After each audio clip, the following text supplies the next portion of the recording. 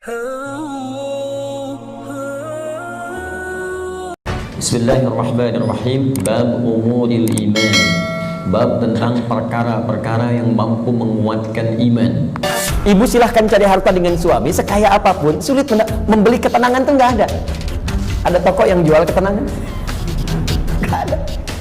Dan mahal. Kalau nggak percaya begini Bu ya, saya berikan pilihan, tapi ibu bapak jangan pilih yang ketiga ya, terutama ibu. Ya, jangan pilih yang ketiga. Kaya tapi gelisah atau miskin tapi tenang. Ayo. Nggak ada pilihan ketiga. Saya kembalikan dulu kepada pembahasan di pengantar yang masuk kepada bab ini sebelum saya bacakan nanti tentang pembahasan di bab umuril iman ini, baik ayat Qur'annya ataupun hadis Nabi Muhammad SAW yang dirangkum oleh Imam Al-Bukhari dalam pembahasan ini. Jadi Bapak Ibu sekalian, sebelum membahas tentang hal-hal terkait penguatan iman, saya ingin ingatkan kembali tentang dua hal yang sangat penting. Yang pertama tentang kenapa kita mesti beriman. Ini poin yang sangat penting. Saya ulang, kenapa kita mesti beriman?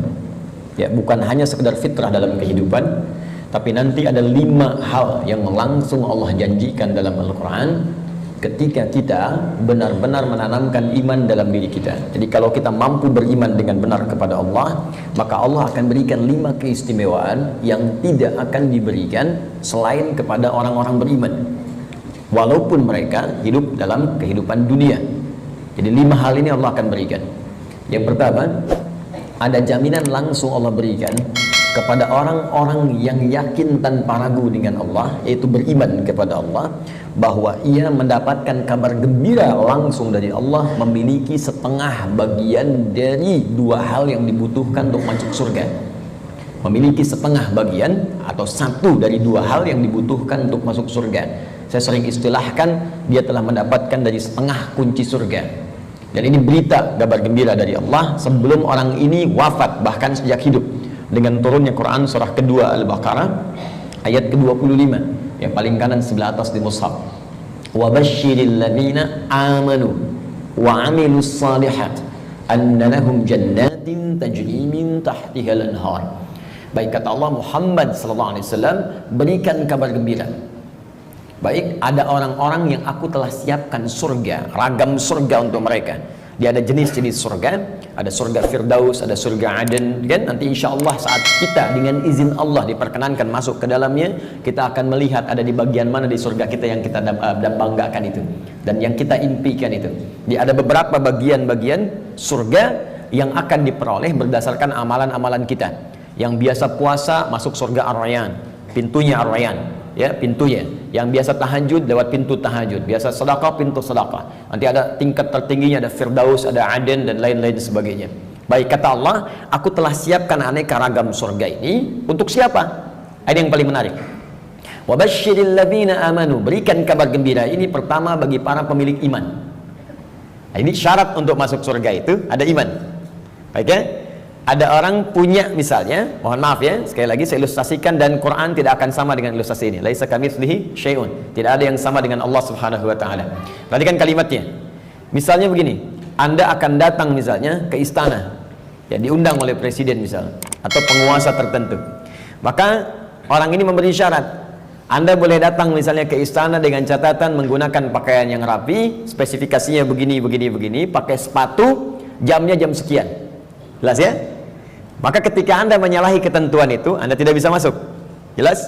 Satu itu. Yang kedua, pemilik sesuatu lebih tahu tentang ukuran dan kriteria apa, supaya kita bisa mendapatkan dari apa yang dimiliki oleh pemilik itu. Anda ingin ke istana, yang punya istana punya ketentuan. Anda nggak bisa bikin ketentuan sendiri. Jelas? Anda masuk komplek angkatan laut, maka komplek ini punya aturan yang harus diikuti. Tidak bisa Anda sendiri bikin aturan. Anda ingin ke surga, yang punya surga itu Allah. Maka Allah bikin aturan. Nggak bisa Anda bikin aturan sendiri. Kalau di rumah Anda sekarang, Anda yang punya aturan. Saya masuk ke rumah Anda, saya ikuti aturan Anda. Anda masuk ke rumah Allah, karena masjid rumah Allah, maka ikuti aturan Allah. Masuk ke rumah Anda, ucapkan Assalamualaikum. Masuk ke rumah Allah, kaki kanan masuk, ucapkan doa. Keluar kaki kiri, ucapkan doa. Ada aturannya. Sekarang kita ingin ke surga. Surga itu bukan punya kita.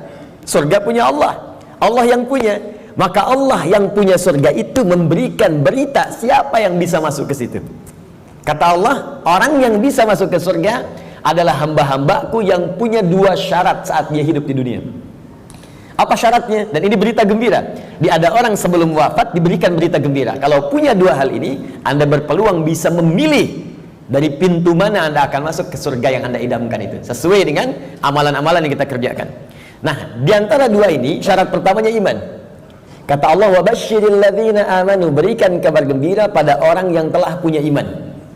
Dan kalimatnya menggunakan alladzina, disebutkan 1080 kali dalam Al-Quran. Ismun mausulun yadullu 'alal jam'il jam'iyah.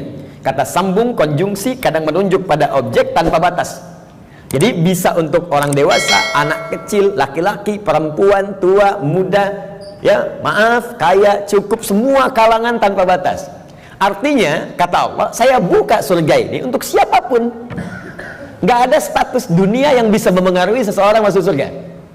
Di surga tidak diukur dengan seberapa kayakah Anda.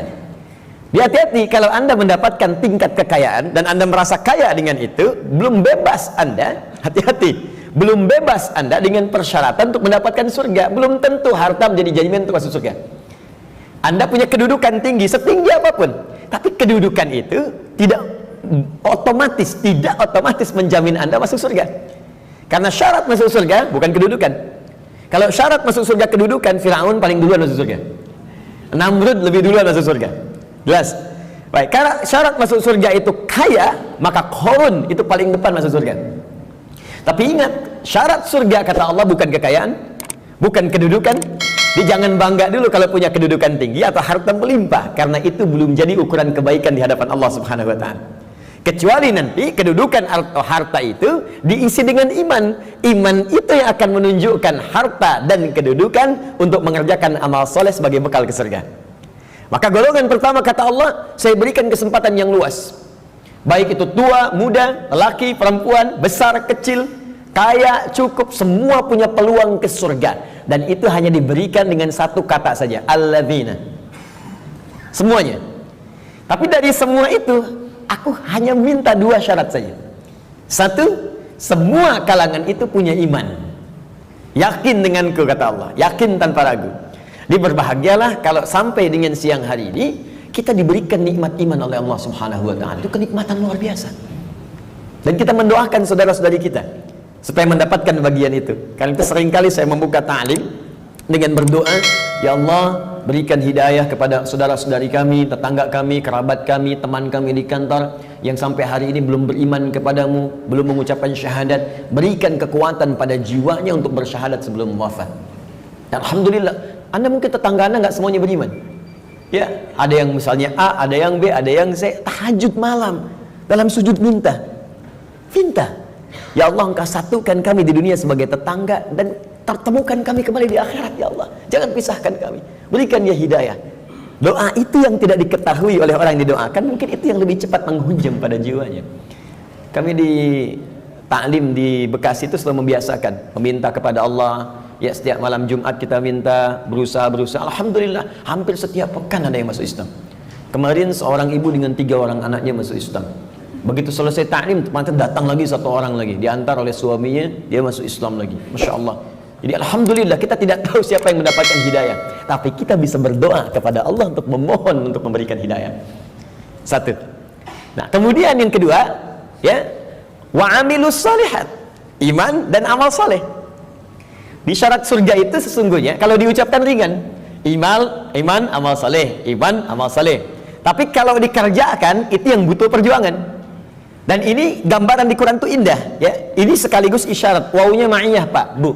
Ma'iyah itu sesuatu yang bersanding, nempel. Ya. Adi wa Ahmad zahaba ila masjid, misalnya Nurul Bahri. Adi wa Ahmad, Adi dan Ahmad, zahaba, keduanya pergi ila masjid Nurul Bahri, ke masjid Nurul Bahri. Adi dan Ahmad kalau menggunakan wa artinya dempet, nggak pisah, bersamaan, wawunya ma'iyah bareng. Ya, Allah menyampaikan wa basyiril ladzina amanu wa amilus shalihat. Syarat untuk masuk surga itu duanya bersamaan, nggak bisa berdiri salah satu. Ya, satu iman, 2 amal soleh. Nah, kalau kita baca dengan kaidah ilmu nahwu, otomatis keduanya ini akan saling terkait, berkelin dan memengaruhi. Artinya orang yang beriman pasti beramal soleh. Artinya amal soleh itu nggak mungkin muncul kecuali dari iman. Kalau amal semua beramal, Ya, yang belum beriman pun bisa beramal, tapi belum tentu disebut soleh. Ingat, ya, tayyib mungkin non muslim bisa mendapatkan tayyib. Ya, khair mungkin, karena baik itu banyak di Quran.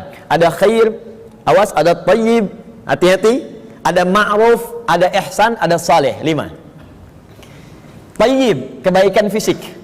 Ya, kalau Anda makan yang sehat, yang menyehatkan, yang dibutuhkan, itu tayyib namanya. Itu anjuran di Quran surah kedua ayat 168. Kata Allah, kalau ingin cari makan, tidak semua yang diinginkan mesti dikonsumsi. Cari yang menyehatkan untuk tubuh.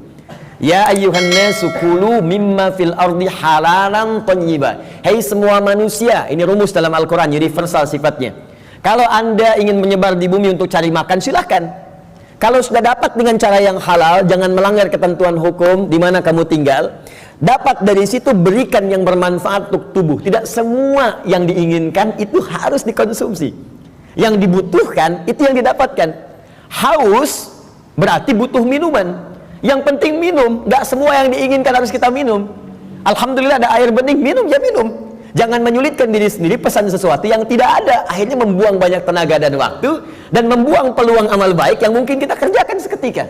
Sudah ada air bening, pengen jusnya, wah Masya Allah buah naga yang dari Hongkong misalnya. nyari, nggak ketemu, muter-muter sampai sore. Jam 5 baru dapat. Dari siang sampai jam 5 itu mungkin bisa dipakai apa gitu. Bisa tilawah, bisa baca, bisa berkreasi, macam-macam. Baik itu tayyib. Karena itu kalau Anda bertanya pada orang Arab, kaif haluk ya akhi, apa kabar? Dia katakan alhamdulillah ana tayyib, artinya dia sehat, kuat. Yang kedua, ada khair, itu sifat baik, sifatnya. Ya, jadi kadang-kadang kan ada yang fisiknya sehat, tapi kan pikirannya nggak bagus. Ya, tampilan bagus, pakai jas, pakai dasi, luar biasa gitu kan, tapi pencuri juga. Ya, penipu juga gitu. Nah, kalau kita ingin rubah menjadi baik sifatnya, maka rubah kalimatnya menjadi khair, ya, karena ada Bang Tayyib 2 kali puasa 2 kali lebaran nggak pulang-pulang, padahal dia sehat kan. Baik. Nah, kalau kita ingin rubah pada sifat, jadikan khair. Quran surah 3 ayat 110. Kuntum khaira ummah. Orang Islam itu pasti sifatnya baik. Kata Allah, kalian umat terbaik. Sifatnya jujur, sabar, tawadu. Jadi kalau ada orang itu jujur, orang Islam tuh mesti lebih jujur. Kalau ada orang sabar, orang Islam lebih sabar. Kalau ada orang tawadu, rendah hati, yang muslim itu pasti lebih rendah hati. Cukuplah keislaman kita menjadikan kita baik, punya sifat baik. Ini aneh sebetulnya kalau ada orang Islam nggak baik, itu aneh. Karena semua ajaran di Quran membimbing kita jadi baik, Pak, Bu. Jadi kalau semuka bumi se-Indonesia aja lah muslim, sudahlah, pasti baik. Jadi kalau ada orang Islam berbuat yang tidak baik, pasti ada yang tidak tepat dengan pelajaran keislamannya. Mustahil itu. Ya, mustahil ada orang Islam melakukan bom. Ya, misalnya di tempat-tempat yang tidak dibenarkan, bom bunuh diri, bom ini, bom itu, tembak orang, bunuh orang, tusuk orang, itu mustahil. Ya, Quran sih mengatakan orang yang sengaja merencanakan pembunuhan, apalagi kemudian menyebabkan satu orang beriman meninggal, itu sama dengan pesan kapling di neraka jahanam. Buka Quran surah keempat An-Nisa ayat 92 sampai 93. Wa may yaqtul mu'minan muta'ammida fajaza'uhu jahannam. Maka siapapun yang merencanakan pembunuhan, apalagi pada satu orang, korbannya orang beriman, maka balasan yang setimpal untuknya neraka jahanam kalau tidak dia bertobat. Ya, wa ghadiballahu alaihi, Allah murka kepadanya, wa la'anahu, melaknatnya, wa a'adda lahu azaban azima, dan dijanjikan di neraka azab yang berlipat lebih daripada orang biasanya, neraka jahanam lagi. Pertanyaan saya, orang beriman mana yang cita-citanya pengen masuk neraka jahanam? Tunjukkan pada saya. Mustahil. Dan bagaimana bisa bertobat kalau saat meledakkan diri itu dia meninggal? Bagaimana bisa tobat? Makanya hati-hati kalau ada ajakan-ajakan tuh lukai orang, tembak orang, bom orang. Saya sering kali sampaikan, dulu pertama bom kejadian, mudah-mudahan tidak pernah terjadi lagi di bumi kita Indonesia ini, insya Allah, ya, Jalan Tamrin tuh meledak. Saya di Lampung tuh, orang polos sekali bertanya, Ustaz, apakah bom di Jalan Tamrin termasuk jihad? Fisabilillah. Saya bilang, Pak, sependek pengetahuan saya, jihad fisabilillah itu jihad di jalan Allah, bukan di Jalan Tamrin. Hati-hati lah. Ya. Kita balikan. Jadi satu itu iman. Ya. Nah, kaidahnya adalah kemudian kembalikan. Tayyib, khair. Khair itu baru sifat, jujur itu sifat. Kalau sifat kemudian diaktualisasikan dalam bentuk sikap, maka berubah dari khair jadi ma'ruf namanya. Ma'ruf. Jujur itu sifat, disogok tidak menerima, sikap namanya. Jelas? Jujur itu sifat, diajak korupsi menolak, sikap namanya. Sifatnya khair, sikapnya ma'ruf namanya. Jelas? Karena itu khair dengan ma'ruf seringkali disandingkan dalam Al-Quran. Quran surah ketiga, Ali Imran ayat 104. Wal takum minkum ummatun yad'una ilal khair wa ya'muruna bil ma'ruf. Hendaklah ada satu komunitas, kata Allah, berhimpun untuk menyebarkan sifat-sifat baik dan saling mengajak pada kebaikan. Bikin komunitas, ingatkan, ayo baca Quran, one day one juz, one day two juz, ya. Ayo bikin komunitas, bangunin tahajud, bikin komunitas ngajak sedekah, bikin komunitas bersih-bersih di jalan, buang sampah, itu bagian dari iman. Baik ya. Kemudian Bapak Ibu, tapi ingat, untuk ma'ruf ini berbuat baik bukan hanya melekat pada orang Islam saja. Non-Muslim pun banyak yang baik. Silahkan cek, ada non-Muslim yang suka nyumbang, ya, bantu bangun jalan, bantu fasilitas, ada fasilitas umum, bantu orang-orang lepas dari kemiskinan, bantu orang-orang kasih obat, ada. Baru sampai ma'ruf. Karena itu disebutkan yang keempat, awas, ada sifat kebaikan khusus, yang semua kebaikan itu diniatkan hanya karena Allah. Bantu ini karena Allah, kerjakan ini karena Allah, baik juga, cuma niatnya dikerjakan karena Allah. Pahlawan kita berjuang, Pangeran Diponegoro sampai terakhir Kahar Mudzakkir, ya, yang kemudian diberikan gelar pahlawan. Apa niat sesungguhnya? Kalau Anda buka Riyadhus Shalihin, karangan Al-Imam An-Nawawi, ada 1896 hadis di kitab Babul Ikhlas bagian pertama, maka akar pertama kali untuk meniatkan mereka berjuang, pertamanya bukan untuk mendapatkan urusan dunia, tapi litakuna kalimatullahi al-ulya. Man qatala litakuna kalimatullahi al-ulya fahuwa fi sabilillah. Niatnya khusus untuk berjihad di jalan Allah Subhanahu wa taala. Berjuang karena Allah, karena Allah, karena Allah. Bantu orang di kemiskinan karena Allah. Bukan karena pekerjaannya, tapi kebaikan itu dikerjakan karena Allah dan merasa diawasi oleh Allah Subhanahu wa taala. Maka yang keempat disebut ihsan namanya. Ihsan. Di hadis Muslim nomor hadis yang ke-8, an ta'budallaha ka'annaka tara fa illam takun tarahu fa innahu yara. Engkau mengerjakan semua aktivitas yang baik sebagai ibadah karena Allah, seakan-akan diawasi oleh Allah, merasa diawasi walaupun kau tak mampu melihatnya. Itu terjemah yang baiknya. Merasa bekerja karena Allah, makan karena Allah, minum karena Allah, berbuat baik karena Allah, ihsan namanya. Orangnya disebut muhsin. Kalau empat ini dikumpulkan, badan sehat, sifat baik, sikap mulia, dikerjakan karena Allah, thayyib, khair, ma'ruf, ihsan. Empat ini kalau digabungkan menjadi sholih namanya. Sholih. Maka setiap orang tua meminta kepada Allah supaya anaknya jadi saleh. Ibu bermohon, ya Allah, jadikan saya anak soleh. Kata bapaknya, namanya kan Hasan. Bukan Pak, sifatnya saleh. Semua orang tua, saya belum pernah dengar ada orang tua minta, ya Allah jadikan saya anak yang thayyib, khair. Tidak, saleh, sudah fitrah. Dan itu sudah dimohonkan sejak anak dalam kandungan, kata Allah, sudah fitrah. Itu ada di Quran surah ke-7 ayat 189. Falamma taghasyaha hamalat hamlan khafifa famarrat bi. Falamma athqalat da'awallaha rabbahuma la in ataitana sholiha lanakunanna minasyakirin. Ketika suami istri berhubungan sampai kemudian istrinya mengandung, kandungan ringan sampai dengan berat, tatkala kandungan semakin berat menjelang ke persalinan, kedua orang itu suami dan istri mulai berdoa kepada Allah. Fitrahnya sudah minta, ya Allah, mohon jadikan anak saya nanti saat lahir jadi anak yang saleh.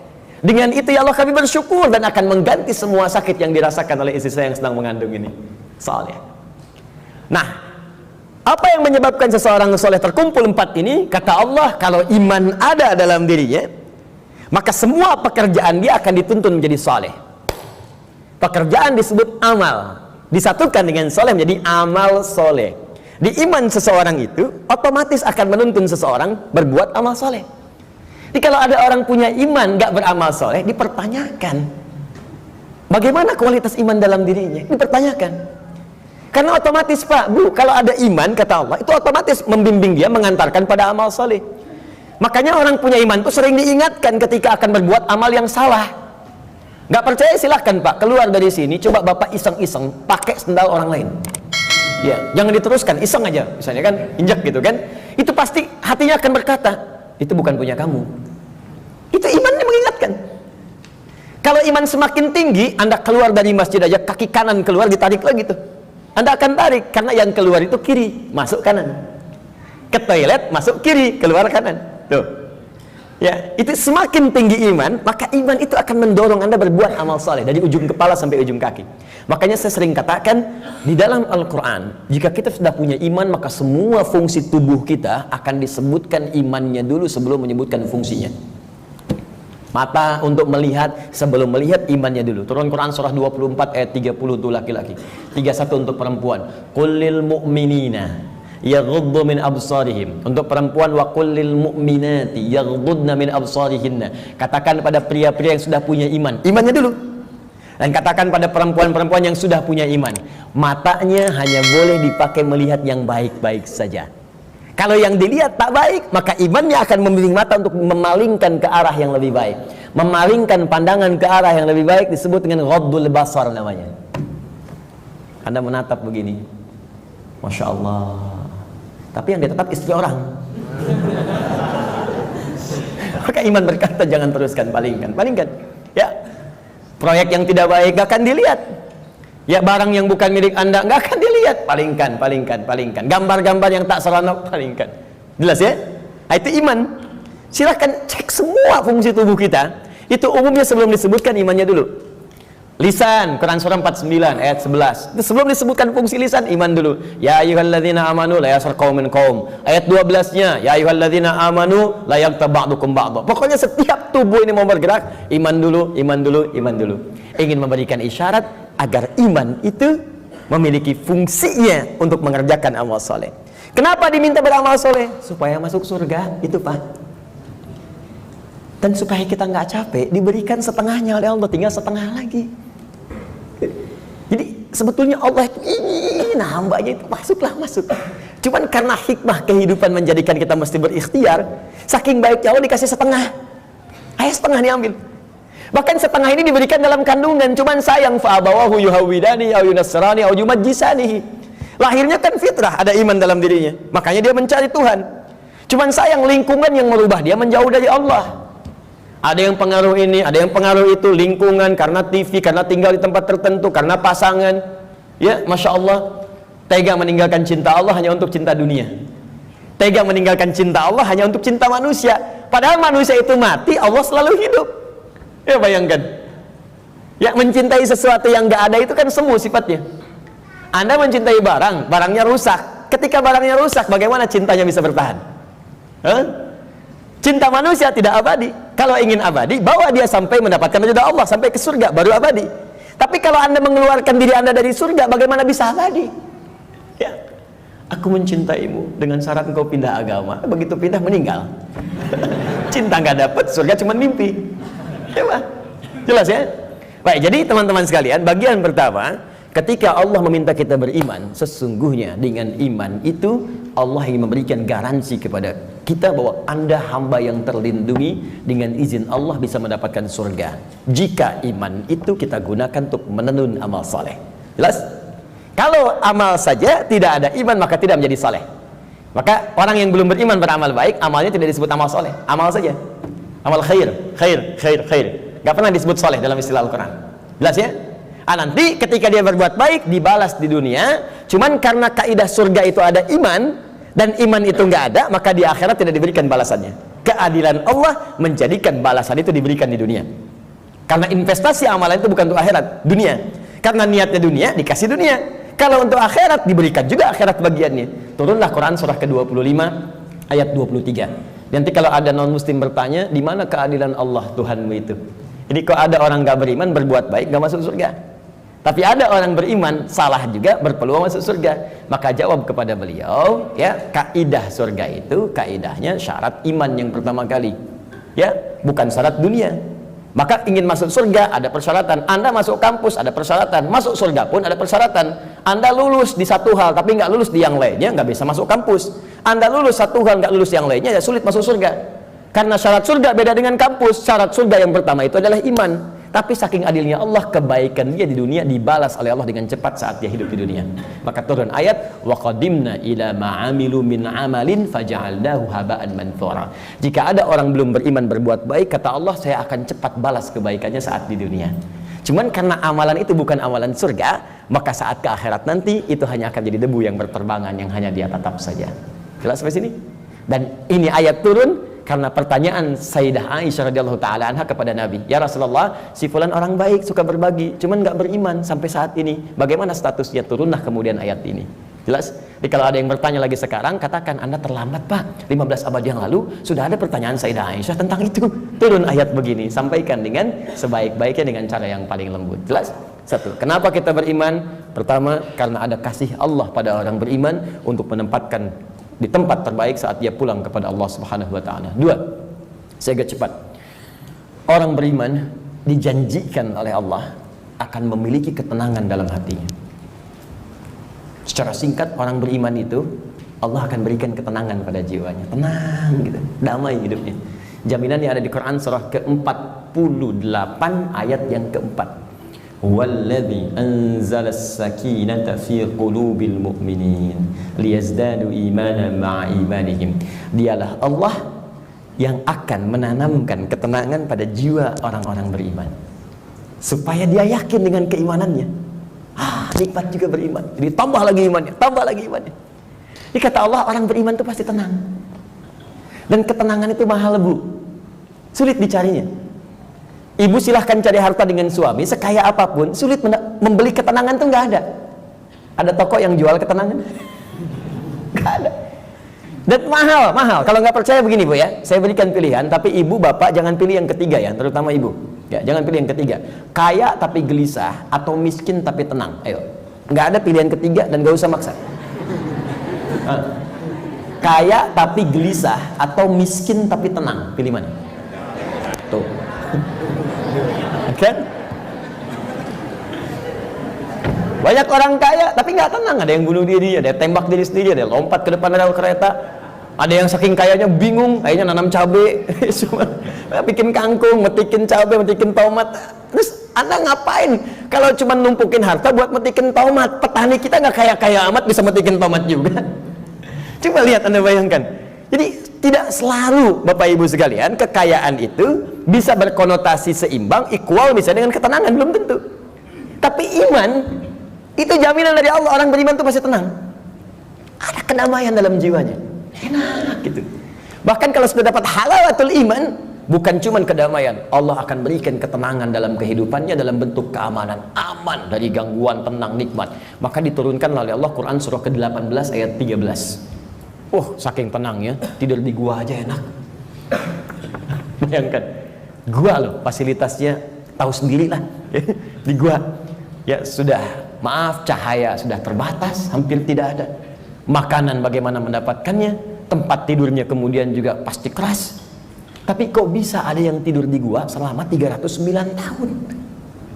Saking enaknya tidur, gak ada yang ganggu Pak, Bu, nikmat. Ya, yang memberikan nikmatnya Allah, miring kanan kiri, matahari diatur oleh Allah, terbit di sini, terbenam di sini, selalu tersinari di dalamnya. Sehat-sehat aja, bangun 309 tahun, Anda bayangkan. Ya, ada orang sekaya-kayanya baru 3 menit udah bangun lagi, pling, telepon muncul. Di pejabat memang bagus, kedudukan tinggi, tapi setiap 3 detik kerja ini, kerja itu. Baru tidur sebentar, bangun lagi, Pak ada kejadian begini, bangun. Ini 309 tahun tidur cuman di gua. Fasilitas hampir nggak ada, tapi jaminan itu ada. Maka di ayat 13 di surat Al-Kahf, surat gua, ya, nahnu naqussu 'alaika naba'ahum bil haqq innahum fityatun, belum selesai, amanu bi rabbihim wazidnahum huda. Kata Allah, kami akan kisahkan pada Anda tentang kisah yang sebenar-benarnya, tanpa dikurangi, tanpa ditambahkan, sebenarnya hak. Jadi ada sidqun, ada hak. Kalau sidqun, mayahtamilu sidqa wal kadzib, kadang benar, kadang tidak. Tapi kalau hak pasti benar, nggak bisa ditolak. Matahari terbit di timur, terbenam di barat, hak. Karena itu semua yang hak sumbernya hanya kepada Allah. Al-haqqu mir rabbika fala takunanna minal mumtarin. Al-Baqarah 149. Al-haq. Nah, sekarang kembalikan. Kata Allah, kami akan kisahkan pada Anda kisah yang sebenar-benarnya. Ya, tanpa kamuflase, tanpa rekayasa. Innahum fityatun, kisah tentang para pemuda yang berlindung di gua. Diberikan oleh Allah keamanan, dikejar-kejar, bukan sekedar dipersekusi, bukan sekedar diintimidasi, ya, maaf, bisa dieksekusi, berlindungnya di gua. Tapi nikmat sekali di gua itu, bisa tidur enak, nyaman, makan juga kenyang, langsung diisikan di perutnya, tidur bolak-balik, gak ada yang ganggu. 309 tahun Anda bayangkan. Salatumi'atin wazdada tis'a, 309 tahun. Siapa mereka? Innahum fityatun, sungguh mereka itu para pemuda, tapi bukan pemuda biasa. Ada sesuatu yang melekat pada dirinya. Amanu, yang sangat beriman kepada Allah. Pesan ayat ini, ya kata para pakar Al-Quran, sesungguhnya ingin memberikan pesan pada generasi mendatang. Jadi ada kaidah di tafsir itu begini, kalau nggak disebutkan siapa orangnya, kapan kejadiannya, maka pesan yang berlaku di ayat itu akan berulang kemudian di masa-masa yang akan datang dengan konteks yang berbeda. Anda sekalipun tinggal di rumah yang sempit, terbatas sifatnya, keadaannya tidak seperti yang lain-lain. RS7, ruangan sangat sempit sekali sehingga selonjoran saja susah, gitu kan? Susah. Ya. Tapi kalau ada iman dalam jiwa kita, itu bisa nikmat saja. Dibandingkan tinggal di tempat yang mewah luas, tapi iman nggak ada, kegelisahan itu muncul. Jadi orang beriman itu nggak akan disekat oleh dunia. Tinggal di kontrakan nikmat, di rumah yang luas nikmat, jadi kaya nikmat, cukup hidup juga nikmat aja. Ya, pokoknya beriman itu indah, nikmat itu. Jadi kalau kita beriman sampai saat ini dan tidak menikmati kehidupan kita, dipertanyakan ada apa yang salah dengan iman kita. Kata Allah, beriman itu nikmat, tenang hati. Ini kok rumah mewah, mobil banyak gitu kan, ya lihat mendung aja sedikit udah bikin status. Mendung ya kayak suasana hatiku. Apa yang mau dicari? Ya, coba lihat. Sekali-kali saya tuh jarang berinteraksi dengan media sosial. Cuman kalau udah lihat, saya lihat nih, ada teman-teman official lihat, misalnya, saya suka kadang-kadang suka nggak betah ngelihat ini. Ini orang kenapa hidupnya? Dikit-dikit ngeluh gitu kan? Maunya apa? Ya belum musim hujan minta hujan, dikasih hujan minta jangan hujan. Maunya apa gitu? Ya kenapa kita nikmati aja? Iman itu indah, iman, wah masya Allah. Kasih hujan, alhamdulillah, banjir pakai berenang. Jadi solusi. Jadi itu teman-teman sekalian ya. Selanjutnya ada jaminan Allah yang selanjutnya ya, orang beriman pasti bahagia kata Allah dan cenderung sukses. Tidak cukup dengan amin, nanti kita belajar dulu. Turun Quran surah ke-23 ayat 1. Qad aflahal mu'minun. Qad aflahal mu'minun. Orang beriman itu dijamin oleh Allah. Saya artikan dijamin karena kalimatnya menggunakan qad, harfu tahqiq, huruf jaminan. Qad, harfu tahqiq, huruf jaminan. Qad aflahal mu'minun. Orang beriman pasti menggenggam kebahagiaan dan kesuksesan. Aflah itu dari kata falah. Kalau di bahasa Inggris, di kamus bahasa Inggris itu diartikan success and happiness. Sukses dan bahagia. Ya, digenggam. Kalau digenggam menjadi aflah namanya, aflah. Kata Allah, orang beriman itu pasti menggenggam kesuksesan dan kebahagiaan. Pasti tergenggam dalam diri. Cukuplah dengan beriman akan bahagia. Cukup dengan beriman sukses dalam pekerjaan yang kita kemudian lakukan. Walaupun barangkali level kesuksesan itu dalam pandangan orang bisa beda-beda. Bagi si A, manajer itu bagian kesuksesan hidupnya. Yang lain levelnya direktur, yang lain komisaris. Pokoknya levelnya bisa berbeda, tapi sukses. Silahkan cek semua sahabat Nabi, di semua bidangnya sukses dan bahagia. Ali bin Abi Thalib dengan pengajar, cita-citanya menjadi pengajar dan menikmati itu, walaupun secara kekayaannya, ya sifat materinya mungkin terbatas, tapi beliau merasakan kebahagiaan dan merasakan kesuksesan dengan itu.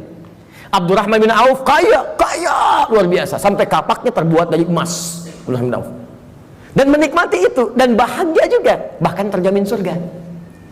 Ada di lisan Nabi. Utsman demikian, Abu Bakar demikian. Anda bayangkan, dari yang pengusaha, diplomat, birokrat, pengajar, dosen, ada semua, perawat, ada semua levelnya. Dan bahagia beriman, padahal sebelumnya jahiliyah. Bayangkan, perusak, kriminal, macam-macam. Tiba-tiba turun iman, diambil iman itu dengan bimbingan Al-Quran dan petunjuk Nabi lewat sunnahnya, dipraktekkan itu dan bahagia hidupnya. Coba cek. Jadi sebetulnya yang bahagia itu ungkapannya sederhana. Bahagia itu sederhana ketika iman tertanam dalam jiwa. Kalau dunia relatif, bahagia itu sederhana, cukup dengan secangkir kopi. Bagi tukang kopi, tukang teh tidak, ya kan? Bagi yang minum teh, yang minum kopi tidak. Nah, jadi teman-teman sekalian, iman. Nah sekarang maksud saya begini, kita ingin evaluasi. Kalau sampai siang hari ini, iman yang sudah Allah tanamkan di jiwa kita belum sampai melahirkan hal-hal tadi. Maaf ya, kalau bicara surga belakangan, karena itu hak prerogatif Allah Subhanahu wa taala. Kita hanya berikhtiar. Apakah iman itu sudah membuat diri kita tenang? Sudah membuat kita bahagia? Apakah iman itu sudah membimbing kita sukses dalam hidup? Dan puncaknya, apakah iman itu sudah membimbing kita beramal soleh? Jangan-jangan beriman masih salah, padahal namanya soleh, kan? Jangan-jangan beriman tapi mesti berbuat maksiat, mata bermaksiat, telinga bermaksiat, lisan bermaksiat. Ada apa yang salah? Apa yang keliru? Maka Al-Imam Al-Bukhari mengumpulkan hadis-hadis Nabi untuk mendapatkan petunjuk dari hadis-hadis itu, bagaimana mengerjakan amalan-amalan yang bisa menguatkan iman sehingga iman kita membimbing kita untuk beramal soleh. Maka muncullah bab ini, bab umuril iman.